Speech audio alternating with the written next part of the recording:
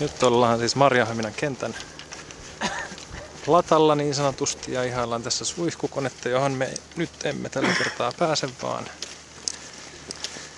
tähdätään kohti tuttua OHFDAta ja tästä vierestä löytyy myös tuttu kone, joka on Oscar Hotel Papakilo Tango. Polyteknikkojen ilmailukerhosta Forssaan myyty kone, joka täällä nyt sattuu sitten olemaan myös käymässä.